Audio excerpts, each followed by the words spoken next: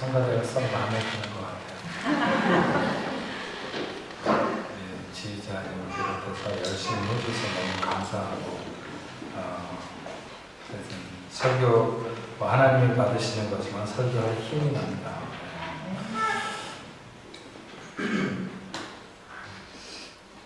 히브리서 말씀을 우리가 생각하기로 하고 본문을 장별로 살펴보기 전에 오늘 마지막으로 히브리서가 전체적으로 어떤 특징을 가지고 있는가 하는 것에 대해서 말씀을 듣고 다음 주서부터는 히브리서 1장부터 이렇게 앞에서부터 말씀을 살펴보려고 합니다.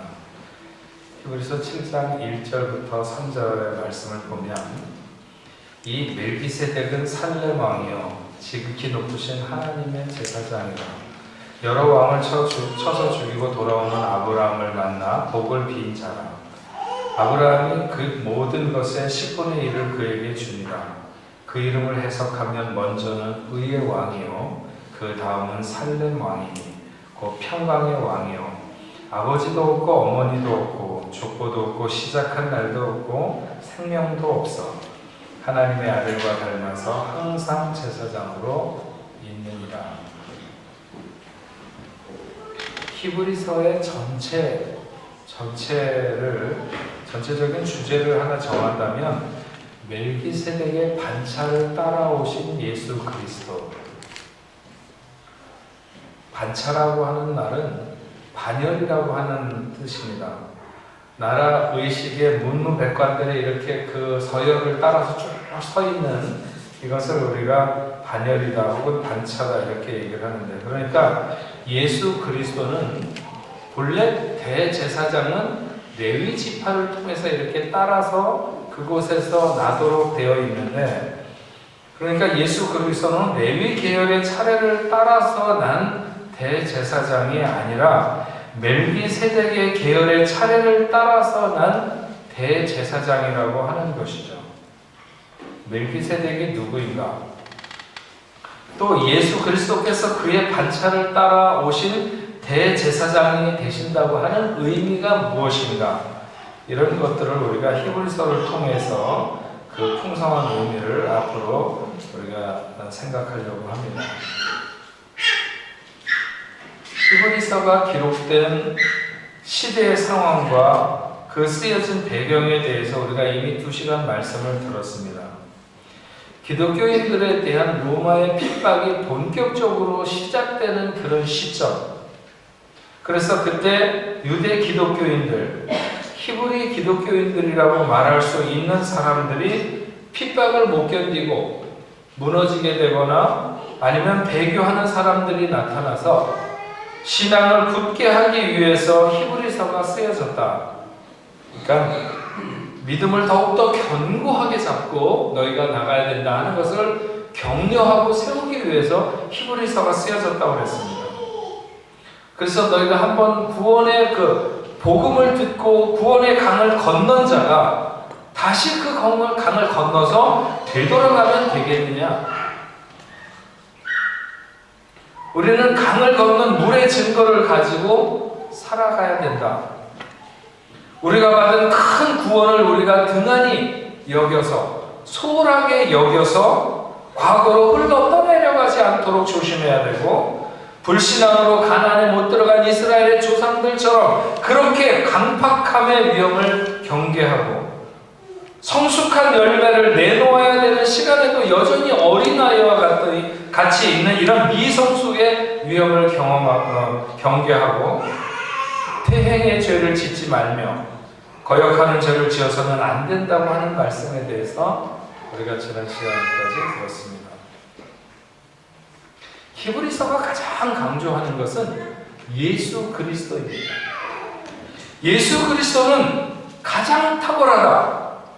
그리스도는 천사보다도, 이스라엘 백성들 모두가 자신들에게 있어서 가장 위대한 지도자라고 생각했던 모세보다도, 구약의 어떤 제사장이나 어떤 지도자들, 아브라함이나 여호수아나 모든 사람들을 막론하고 그 모든 사람들보다 탁월하다. 그는 하나님의 완벽한 하나님의 계시이며 그분을 통해서 이룬 새 언약은 그동안에 자기들에게 들려줬던 옛 언약 이런 모든 것보다 탁월하다고 하는 것이죠. 그리고 히브리서는 예수가 대제사장이 되심을 강조하십니다. 세상에 유일하게 그분만이 죄가 없는 삶을 사셨기에 우리의 죄를 대속하시는 완벽한 속죄물이 되시고 그분을 통해서만 우리는 우리의 과거나 현재나 미래의 죄를 씻을 수 있다고 하는 것이죠. 죄 많은 인생이 하나님 앞에 나갈 수 있는 다른 방법이 아무것도 없습니다. 모든 이스라엘 백성들이 대제사장을 통해서 1년에 단 한 번 하나님 앞에 나갈 수 있는 기회를 가졌었는데 예수 그리스도를 통해서 그분이 우리의 영원한 대제사장이 되셔서 우리 모두가 다 그분 앞에 나갈 수 있도록 하셨다고 하는 것이죠. 또한 앞에서 얘기했던 것처럼 예수는 멜기세덱의 반차를 따르는 분이라고 하는 것을 히브리서는 말합니다. 그리스도는 대제사장인 동시에 그분은 왕이시며 시작과 끝이 없이 영원한 것인 멜기세덱과 같다고 하는 것이죠. 그 시작이 인생에서 시작되는 것이 아니고 그 끝이 인생에 주관하지 못하고 영원부터 영원까지 존재하시며 나타내신 바 된 분이 바로 예수 그리스도라고 하는 것입니다. 또한 예수님의 희생은 유대인의 그 절기 중에서 대속죄일에서 갖는 예식의 의미와 같은 것이 예수 그리스도의 생애에 있다고 하는 것입니다. 속죄일에는 두 염소를 제물로 드렸습니다. 그 하나를 하나님의 양이라고 부르고 또 하나는 아사셀 양이라고 부릅니다. 하나님의 양은 자기의 피로 속죄를 이루신 그 양을 잡아서 하나님 앞에 드리는, 그래서 그 피로 말미암아 속죄를 이루심을 나타내는 것이고, 광야로 보내지는 아사셀 양은 세상 죄를 지고 가는 하나님의 어린 양을 의미하는 것입니다. 사람이 자기의 죄를 그 아사셀 양에게 이렇게 안수함으로 다 전가해서 그 양을 광야로 내보내서 다시 돌아오지 못하도록 하는, 우리의 죄를 멀리 옮기는 그런 어린 양, 예수 그리스도가 바로 이런 희생의 제물이 되셨다고 하는 것을 히브리서는 말합니다. 히브리서는 하나님이 그의 아들 예수 그리스도를 통해 나타내신 계시가 지금까지 율법을 통해서 계시된 모든 것보다 뛰어나다고 하는 것을 계속 비교하면서 강조합니다. 그래서 더 좋은 이런 말을 많이 사용하고 있는데, 그리스도가 그 인격에 있어서 탁월하시며 그 우리의 제사장으로서도 탁월하시고 삶에 대해서도 탁월하시기에 우리가 주님을 따라간다면 하나님을 믿는 믿음에서나 환난을 견디는 소망에서나 우리는 더 좋은 길을 갈 수 있다고 말씀하고 있습니다. 정말 히브리서를 공부하는 동안에 우리는 우리의 신앙적 자세가, 그리고 우리의 믿음과 우리의 소망이 더 좋은 자리, 더 나은 자리에 이르게 되기를 주님의 이름으로 축원합니다. 아멘. 오늘은 히브리서 전체적인 내용이 어떻게 구성되어 있는 가장 큰 요점이 뭔가 하는 것을 생각해 보려고 하는데, 히브리서 1장과 2장은 더 좋은 사실에 대해서 말씀합니다. 더 좋은 사실, 지금까지 하나님이 이 땅에 보내신 수많은 사실들이 있었는데, 그러나 예수 그리스도 그분은 더 좋은 사실이라는 거예요. 지금까지 왔던 수많은 사실들보다 더 좋은 사실이다. 사실이 하나님의 뜻을 전하는 사람들이지만 그 사실들도 연약한 인생들이라서 어떨 때 보면 목사가 아니었으면 차라리 그런 대로 그냥 하나님을 잘 믿는 사람이라고 말할 수 있는데, 목사였기 때문에, 하나님 앞에 선 지도자들이었기 때문에 더 세상의 복음을 가리거나 이렇게 욕을 먹게 되는 경우가 있을 수 있죠. 구약의 선지자들을 통해서 여러 부분과 여러 모양으로 말씀하셨던 하나님께서 이 모든 마지막 날에는 아들로 말씀하신다. 바로 그 아들이 예수 그리스도입니다. 히브리서 1장 1절과 2절의 옛적의 선지자를 통하여 여러 부분과 여러 모양으로 우리 조상들에게 말씀하신 하나님이 이 모든 날 마지막에는 아들을 통하여 우리에게 말씀하셨으니 이 아들은 만유의 상속자로 세우시고 또 그로 말미암아 모든 세계를 지으셨느니라. 이는 하나님의 영광의 광채시요 그 본체의 형상이시라. 그의 능력의 말씀으로 만물을 붙드시고 죄를 정결하게 하는 일을 하시고 높은 곳에 계신 지극히 크신 이의 우편에 앉으셨느니라.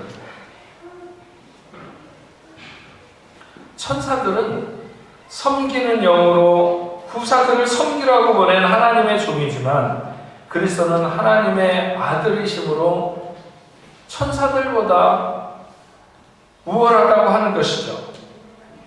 하나님의 아들이 세상에 온 모든 천사를 포함해서 모든 사신들보다 더 낫다고 하는 것을 히브리서 1장 4절부터 14절에 이렇게 말씀합니다. 좀 길지만 제가 읽어드리겠습니다.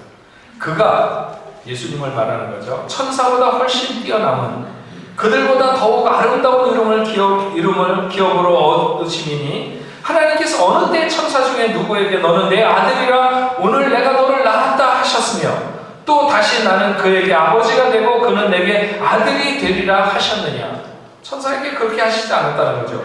또 그가 맏아들을 이끌어 세상에 다시 들어오게 하실 때 하나님의 모든 천사들은 그에게 경배할지어다 말씀하시며 또 천사들에 관해서는 그는 그의 천사를 바람으로 하나님께서 바람으로 혹은 그의 사역자들을 불꽃으로 삼으셨느니라 하셨으되 아들에 관하여는 하나님이여 주의 보좌는 영영하며 주의 나라에 두는 공평한 균이이다. 주께서 의를 사랑하시고 불법을 미워하셨으니 그러므로 하나님 곧 주의 하나님이 즐거움의 기름을 주께 부어 주를 동료보다 뛰어나게 하셨도다 하셨고 또 주여 태초에 주께서 땅에 기초를 두셨으며 하늘도 주의 손으로 지으신 바 그것들은 멸망할 것이나 오직 주는 영존할 것이요 그들은 다 옷같이 낡아지리니 의복처럼 갈아입을 것이요 그들은 옷과 같이 변할 것이나 주는 여전하여 연대가 다함이 없으리라 하였으나 어느 때 천사 중에 누구에게 내가 내 원수로 내 발등상에 되게 하기까지 너는 내 우편에 앉아 있으라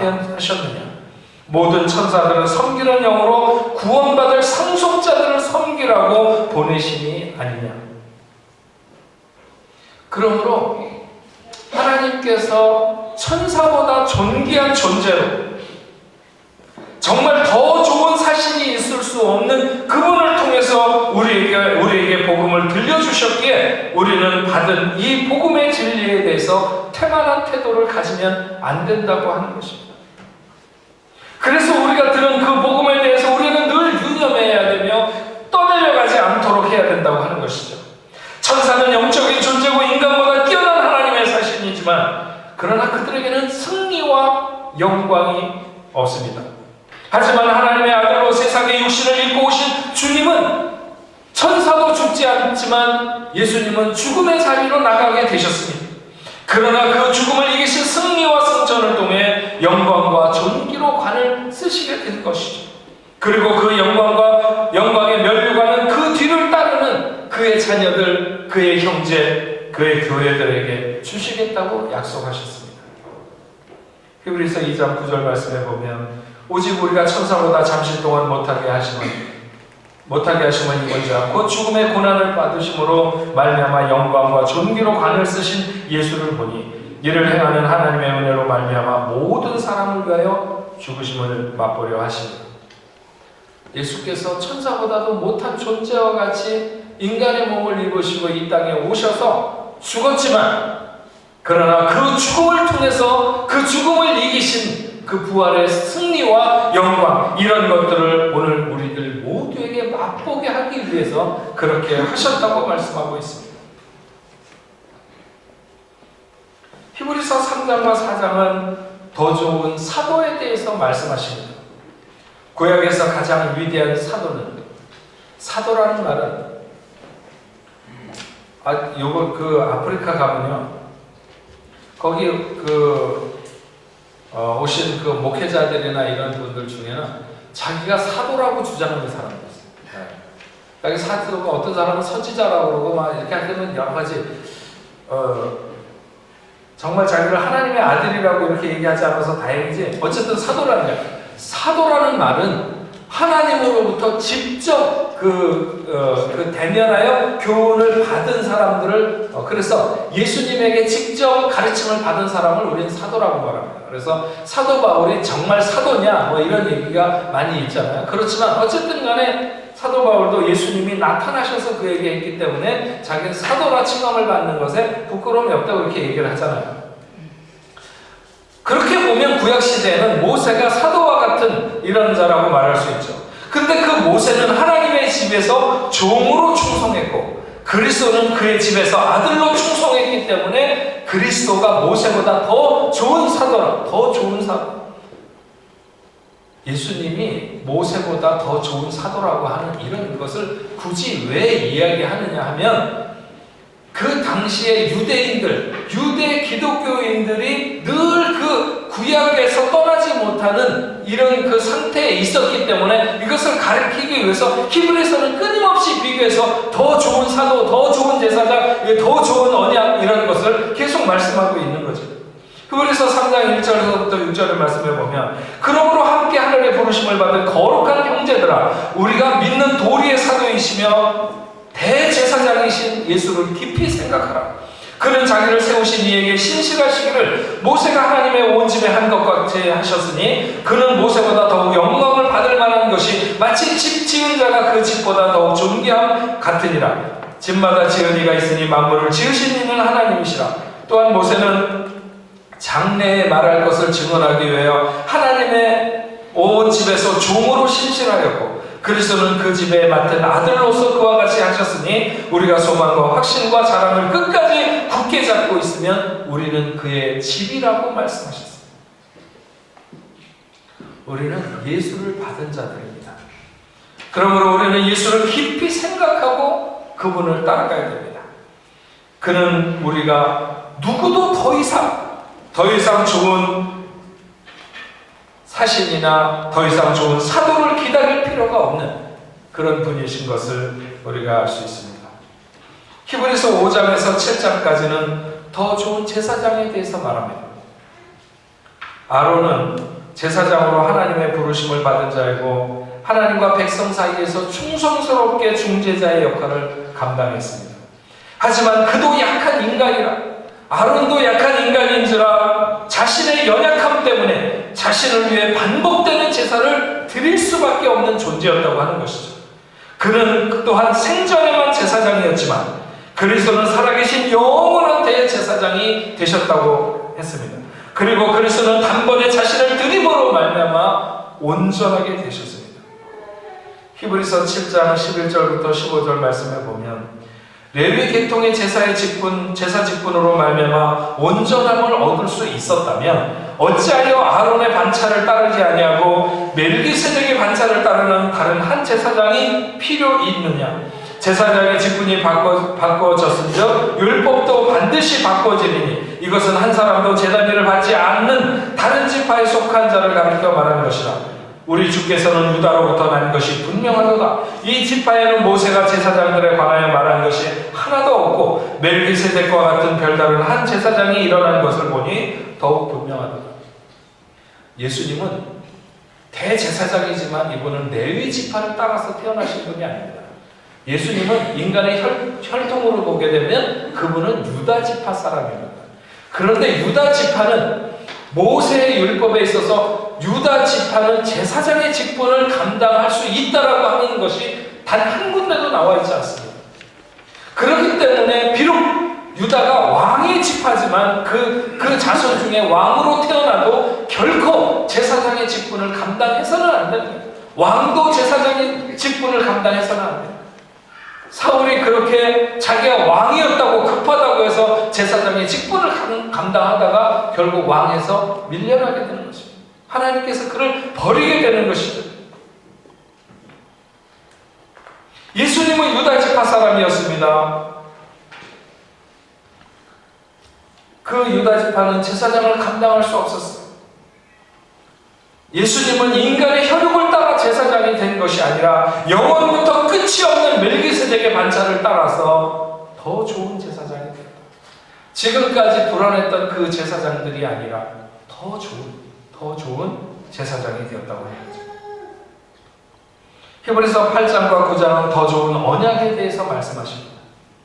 옛 언약과 새 언약을 비교하고 있습니다. 아론을 비롯한 대제사장들이 들어가서 섬기던 성소, 그곳에 있었던 등대와 상과 진설병, 금향로와 언약궤, 속죄소를 덮고 있었던 천사의 모양, 그 안에 금항아리와 아론의 쌍난 지팡이, 언약의 돌판과 만남, 그런 것들을 예비하고 또 때를 따라서 섬기던 제사장들, 이런 것이 신앙의 중심이던 때가 분명히 있었다고 하는 것이죠. 그러나 예수 그리스도께서 대제사장이 되셔서 손으로 짓지 아니한 장막에 들어가시는 그날에 염소와 송아지의 피가 아니라 오직 자기의 피로 영원한 속죄를 단번에 이루사 인류를 속량하시는 새 언약을 체결하신 것. 대제사장이 1년에 한 번만 들어가고 일반 백성은 못 들어가는 것이 옛 언약의 한계였다면 그것을 무너뜨리시고 그리스도의 십자가를 통해서 새로운 길을 여셨으며 온전하게 하시는 자신의 피로 우리를 다 지성소에 직접 들어갈 수 있도록 하신 것입니다. 히브리서 10장에서는 더 좋은 제사에 대해서 말씀합니다. 율법은 장차 오는 좋은 일에 대한 그림자와 같은 것이었습니다. 그래서 그것은 죄를 없애하지 못하는 불완전한 것이었습니다. 그러나 그리스도를 통해서 드려진 제사는 완전한 것으로 누구든지 하나님을 모시고 지성소의 삶을 살 수 있도록 하셨다고 하는 것입니다. 예수의 피를 힘입어 성소에 들어갈 담력을 얻었으므로 이제 우리는 주신 약속과 같이 왕같은 제사장으로서의 삶을 살아가야 된다고 하는 것이죠. 퇴행의 죄를 지으면 안 된다.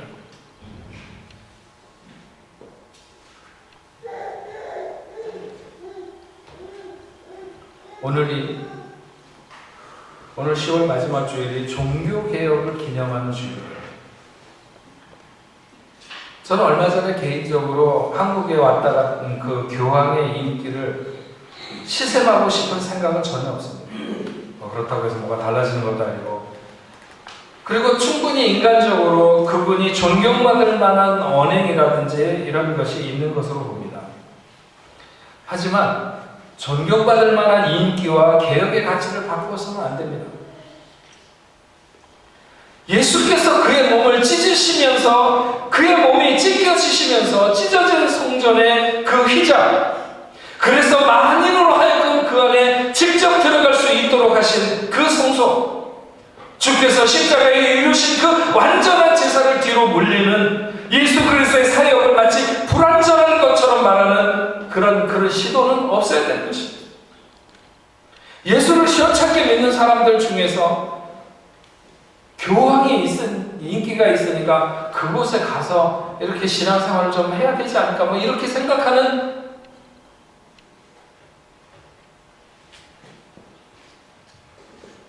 옆집 아저씨 멋있게 생겼다고 그 사람한테 아버지라고 불러도 될 거라고 이렇게 생각하는 그런 거 비슷한 일이죠. 얼마나 수많은 사람들이 그 가치를 지켜내기 위해서 개혁자의 길을 걷느라고 자신의 삶을 던지고 그러면서 신앙을 지켰는데, 오늘 너무 여러 가지 그냥 분위기, 안개와 같은 분위기,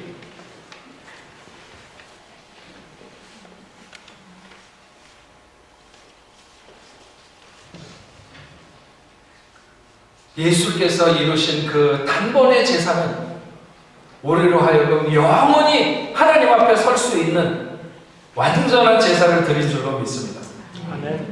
히브리서 11장과 12장에서는 더 좋은 길에 대해서 말씀합니다. 그리스도를 믿음으로 얻은 구원을 우리가 인내로서 지켜가자고 하는 것입니다. 너희들은 좋은 길에 서 있다. 세상이 무엇이라고 말하든지, 세상이 너희를 어떻게 핍박하든지, 너희에게 어떤 고난을 주든지 너희는 가장 좋은 길에 서 있으니까 그 길에서 흔들리지 말고 그 길을 따라가라고 하는 것입니다.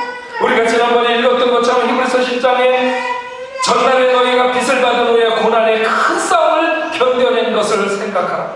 혹은 비방과 환난으로서 와서 사람에게 구경거리가 되고 혹은 이런 형편 가운데 있는 자와 똑같이 그런 사람들과 사귐 있는 자가 되었으니 너희가 갇힌 자를 동정하고 너희 소유를 빼앗기는 것도 기쁘게 당하는 것은 더 낫고 영구한 소유가 너희에게 있는 줄 너희가 알미라.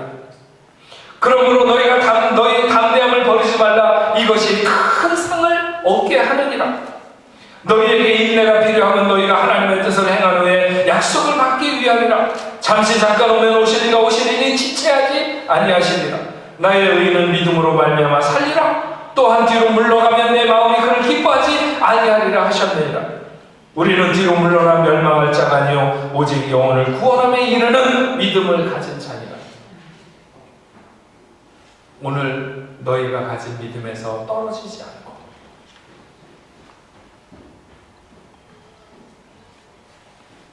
굳게 그 믿음을 지켜서 너희가 택한 더 좋은 길을 계속하라고 하는 것입니다. 히브리서 11장에는 믿음의 선진들에 대한 이런 명단이 쭉 나옵니다. 구약성경에 믿음은 바라는 것들의 실상이요 보지 못하는 것들의 증거예요. 구약시대를 산 많은 분들이 믿음으로 복음의 삶을 산 예를 보여주고 있는 거죠. 환난과 박해는 피할 수 없는 장애이지만 그러나 그건 동시에 믿음의 생활을 해가는 사람들에게 있어서 선물일 수 있습니다. 신앙은 그리스도를 목표하고 경주하는 영적인 싸움입니다. 우리는 계속 피곤한 손과 연약한 무릎을 일으켜 세우고 용기를 내야 됩니다. 그리스도인의 목적지는 이 땅이 아니라 하늘의 시온산입니다. 그러므로 우리는 그리스도를 거역하지 말고 오늘 우리의 길을 가야 될 것입니다. 히브리서 12장 25절 말씀에 너희는 상과 말씀하신 일을 거역하지 말라. 땅에서 경고하신 일을 거역한 그들이 피하지 못하였거늘 하물며 하늘로부터 경고하신 일을 배반하는 우리일까 보냐. 히브리서 12장 28절에서 29절에 그러므로 우리가 흔들리지 않는 나라를 받았은즉 은혜를 받자. 이로 말미암아 경건함과 두려움으로 하나님을 기쁘시게 섬길지니 우리 하나님은 소멸하는 분이십니다. 마음을 굳게 해서 믿음의 길을 가는 것을 그냥 너무 가볍게 생각하지 말고 믿음의 길을 가는 그 마음을 굳게 해서 오늘 우리가 더 좋은 길을 떠나지 않도록 해야 된다고 말씀하고 있는 것이죠. 히브리서 마지막 장인 13장은 더 좋은 삶에 대해서 말씀합니다. 히브리서의 마지막 장은 우리가 우리의 삶을 어떻게 완성해야 되는지, 믿음의 길을 잘 간다고 하는 것을 나눠보면 사회적 관계를 잘하는 것과 신령한 관계를 잘하는 이 두 가지를 병행해서 살아간다는 것을 의미합니다. 어떤 사람들은 사회적 관계에는 매우 능숙한데 신령한 관계가 약한 사람들이 있고, 반대로 어떤 사람은 신령한 관계는 치중하는데 사회적 관계가 굉장히 허약한 사람들이 있습니다. 사회적 관계라는 것을 좀 더 쉽게 정의해서 말하자면 깨끗한 삶을 살아가는 것을 말하고, 신령한 관계를 좀 더 쉽게 정의해서 말하자면 영적인 질서를 따르는 삶이라고 말씀드리고 싶습니다. 히브리서의 전체적인 내용은 하나님과의 관계, 예수 그리스도와 우리와의 관계에 대한 이야기를 끊임없이 해주고 있고, 맨 마지막 장으로 와서 우리가 세상과의 관계, 사람들과의 관계, 아니면 부부와의 관계, 이런 것들을 얘기하고, 더 나아가서 목회자와 성도와의 관계, 이런 관계를 통해서 우리의 삶을 온전하게 이렇게 할 수 있다고 말하고 있습니다. 무엇보다도 우리의 삶의 표상은 그리스도라는 것이죠. 그분이 구속사를 이루기 위해서 영문 밖으로 나가 고난받으신 것처럼 우리도 고난의 십자가를 지고 영문 밖으로 나가는 것이 당연하지 않겠느냐. 히브리서 13장 12절에 그러므로 예수도 자기의 피로서 백성을 거룩하게 하려고 성문 밖에서 고난을 받으셨느니라. 그런즉 우리도 그의 치욕을 짊어지고 영문 밖으로 나아가자. 그의 치욕을 짊어지고 나가는 삶. 죽어도 그렇게 하고 싶지 않은 세상에서 정말 사람들은 죽어도 그냥 죽는 게 차라리 낫지 치욕을 당하는 거 싫다 이렇게 생각할 수 있습니다. 오늘날 사람들이 그렇게 생각하는 것 같습니다. 이런 세상 속에서 기꺼이 주를 위해 치욕을 짊어지고 영문 밖으로 나갈 수 있을 때 우리의 완전한 삶은 거기서 완성된다고 믿습니다. 오늘 우리가 읽은 본문 말씀, 마지막 말씀은 이렇게 끝나고 있습니다. 히브리서 13장 17절 너희를 인도하는 자들에게 순종하고 순복하라. 그들은 너희 영혼을 위하여 경성하기를 자신들이 청산할 자인 것 같이 하느니라. 그들로 하여금 즐거움으로 이것을 하게 하고 근심으로 하게 하지 말라. 그렇지 않으면 너희에게 유익이 없느니라. 너희를 인도하는 자. 1차적으로 저와 여러분들을 생각할 수 있고 혹은 교회 지도자들, 교육자들이나 장로님들과 아니면 여러분들 또 권사님들이나 여러분들을 인도하는 어떤 분이든지 간에 순종하고 복종하라. 순종하고 복종하라고 하는 이 말을 이런 단어를 쓴 것은 쉽지 않은 일이라고 하는 것을 보여주고 있습니다. 저는 우리 교회를 목회해오면서 그동안에 늘 자부심이 있었습니다. 교회에 대한 자부심. 우리 교회 성도들이 그래도 목회자의 말에 다른 어떤 교회보다 늘 집중하고 또 그 말씀에 잘 반응하는 이런 생각을 가지고 지금까지 지내왔습니다. 근데 요즘에 자꾸 너무 교회 안에 세상의 논리와 이유가 우리가 하나님 앞에 좀 더 열심을 내고 살아가야 되는 그런 그 이유를 막고 신뢰를 무너뜨리고 존경하는 분위기를 서로 흐트러뜨리는 것 같은 이런 생각이 문득 들 때가 있습니다. 이건 오늘 말씀처럼 그렇지 않으면 너희에게 유익이 없느니라. 하나님을 기쁘시게 하며 하나님의 일을 앞장선 사람들이 즐거움으로 그 일을 할 수 있도록 같이 협력하면서 나가는 것이 좋겠습니다.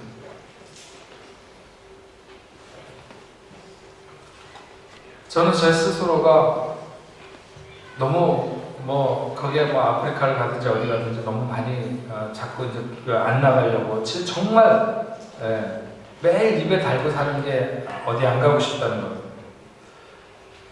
지난 주간에 아프리카 지난 주간에 갔다 왔고 내일부터 또 쿠웨이트에 일주일 동안 갔다 옵니다. 교인들을 보통 보면 두 종류의 사람들이 있어요. 하나는 목사가 어딜 그렇게 많이 돌아다닐까? 무슨 독립운동 하는 사람처럼 여기저기 굉장히 돌아다닌다고 생각을 이렇게 하시는 분들도 있어요. 그래서 실제적으로 그런 것 때문에 불만이 생기고 교회가 문제가 생기는 교회들도 있어요. 저는 우리 교회를 목회하면서 한 번도 우리 장로님들이든지 누구든지 간에 어디를 가냐, 왜 가냐, 안 갔으면 좋겠다 이런 얘기를 단 한 번도 들어본 적이 없어요. 제 스스로가 많이 생각을 해요. 그러나 제가 가게 되면 그냥 갈 수가 없어요. 가서 말씀도 전하지만 중동에 있는 선교사님들, 저는 사실 오늘 그분들이 중동에 있는 모든 나라에, 거의 모든 나라에 다 흩어져서 사역을 하는데 이분들이 늘 목숨에 대한 위험을 각오하고 오늘을 살고 있습니다. 납치되지는 않을까, 신분이 발각돼서 쫓겨나지는